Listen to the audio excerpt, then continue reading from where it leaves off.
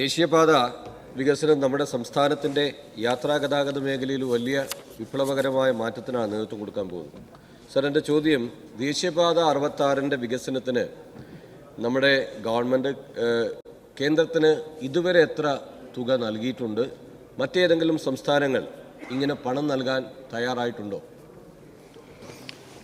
Sir, ദേശീയപാത വികസനം NH66 ലോകത്തെവിടെയുമുള്ള മലയാളിയുടെ ഒരു ചിരകാല സ്വപ്നമാണ്. ലോകത്തെവിടെയുള്ള മലയാളിയുടെ.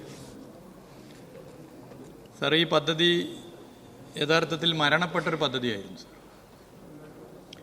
2014 ഏപ്രിൽ മാസം 14 നമ്മുടെ രാജ്യത്തിൻ്റെ സ്വാതന്ത്ര്യ ദിനത്തിൻ്റെ തൊട്ട് തലേ ദിവസം ഈ പദ്ധതിക്ക് ചരമഗീതം പാടിയതാണ്.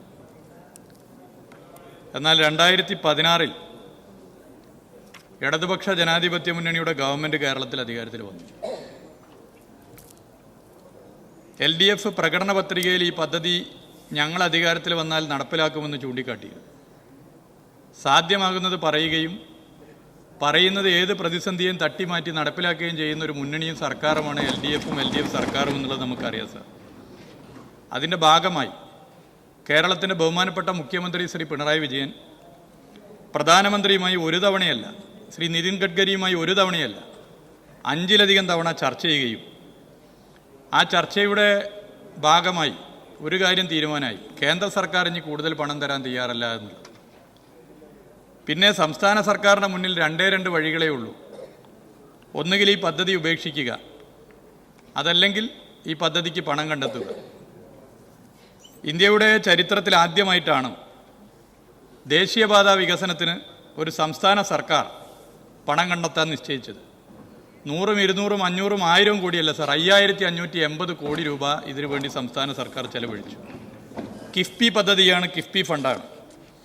കിഫ്ബി ഫണ്ട് കടപരിധിയിൽപ്പെടുത്തി മുന്നോട്ട് പോകുന്നൊരു സ്ഥിതി കേന്ദ്ര സർക്കാരിൻ്റെ ഭാഗത്തുനിന്നുണ്ടായി. ചുരുക്കി പറഞ്ഞാൽ അതിൻ്റെ ഡബിൾ, ഏറെക്കുറെ 12,000 കോടി രൂപ ചെലവഴിച്ചതിന് തുല്യമായി മാറിയിട്ടുണ്ട് സർ. NH66 മറ്റ് 4 സ്റ്റേറ്റുകളിലൂടെയും പോകുന്നുണ്ട്. ആ സ്റ്റേറ്റുകളൊന്നും തന്നെ സ്റ്റേറ്റിൻ്റെ ഫണ്ട് NH66 വികസനത്തിന് വേണ്ടി ചെലവഴിച്ചിട്ടില്ല. ലോകത്തെവിടെയുമുള്ള മലയാളിക്ക് സന്തോഷിക്കാം. ഇതിനെ എതിർക്കുന്ന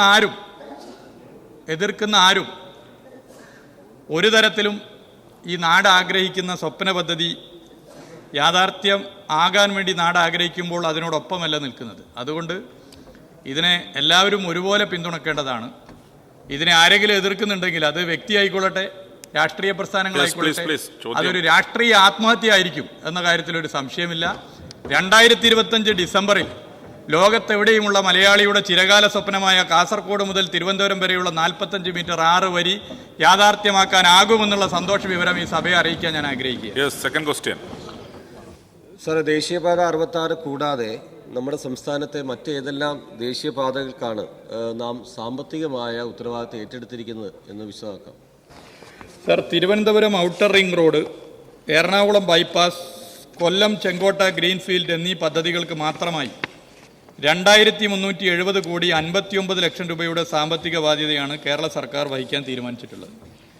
എറണാകുളം ബൈപ്പാസ് NH544, കൊല്ലം ചെങ്കോട്ട ഗ്രീൻഫീൽഡ് NH744 എന്നീ 2 പാതാ നിർമ്മാണങ്ങൾക്കായി 741 കോടി 35 ലക്ഷം രൂപയുടെ സാമ്പത്തിക ബാധ്യതയാണുള്ളത്. ഔട്ടർ റിംഗ് റോഡ് നിർമ്മാണത്തിനായി 1629 കോടി 24 ലക്ഷം രൂപയുടെ പാക്കേജ്, ഭൂമി ഏറ്റെടുക്കലിൻ്റെ 50% തുകയായ 930 കോടി 41 ലക്ഷം രൂപ സംസ്ഥാന സർക്കാർ വഹിക്കുകയാണ് സർ. ഈ തുക കിഫ്ബിയിൽ നിന്നും അനുവദിക്കും.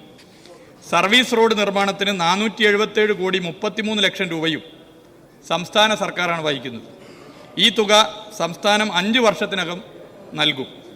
ചരക്ക് സേവന നികുതി ഇനത്തിൽ 210 കോടി 63 ലക്ഷം രൂപയും റോയൽറ്റി ഇനത്തിൽ 10 കോടി 87 ലക്ഷം രൂപയും ഒഴിവാക്കി സംസ്ഥാനം അധിക ബാധ്യത വഹിക്കുവാനും തീരുമാനിച്ചു. ഇതോടൊപ്പം പാലക്കാട് കോഴിക്കോട് ഗ്രീൻഫീൽഡ് പാതയുടെ ഭൂമി ഏറ്റെടുക്കലും പുരോഗമിക്കുകയാണ്. പാലക്കാട് നിന്നും കോഴിക്കോടേക്ക് നമുക്കറിയാം സാർ, ഇപ്പോൾ 4 മണിക്കൂറോളം സമയം എടുക്കുന്നത് 1.5 മണിക്കൂർ കൊണ്ട് എത്താൻ വേണ്ടി സാധിക്കുന്ന സ്ഥിതി ഉണ്ടാകും. NH766 ദീർഘകാലത്തെ സ്വപ്ന പദ്ധതിയാണ്.